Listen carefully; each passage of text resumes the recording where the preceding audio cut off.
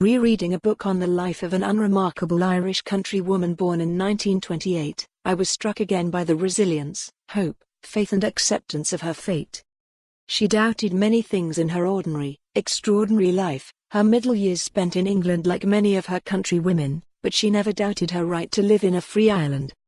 Born into a Republican family, she was reared on the injustices meted out to her poor country as her own life weathered servitude, poverty, sickness and all the tragedies that make up a personal history. At the same time, I'm reading Victoria Hislop's Those Who Are Loved, a family saga set against the backdrop of wartime occupation in Greece and the subsequent civil war. The two books couldn't be more different in setting and pace, and yet so alike in the fierceness of the determination of the two central women to set their countries free. One grew up in the Irish Free State, where homes were still divided in the bitter aftermath of the Civil War, and the country lanes were dotted with hand-spun memorials to the fallen and the murdered.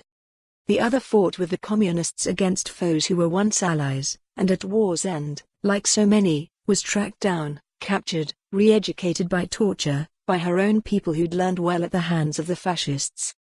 One book a biography, the other a novel. One woman real, the other a beautifully drawn imaginary portrait.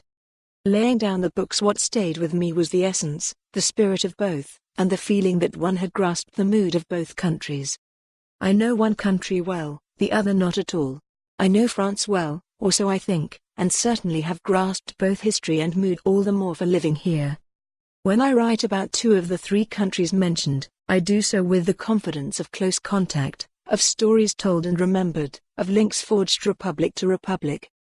I do the same with England and Scotland, although I haven't set foot in either for years. But I lived and worked in both. I switched listening modes from London to Glasgow as easily as switching TV channels, and in Scotland reported on and witnessed a country rapidly evolving, gathering within it a fresh pride, a steely core to rid itself of dependence on Westminster. A desire, long before the words were so grotesquely appropriated by the Brexiters, to take back control. I got it. And I got the English too, in their casual, arrogant ignorance and lack of interest in anything other than them. I got it having grown up in a country which also was powering towards a new destiny, remembering the past but not enthralled to it, looking forward to Europe and not back to the chains of an inglorious empire. So, when I comment from a little knowledge, from a tapping into, not just the history, but the spirit.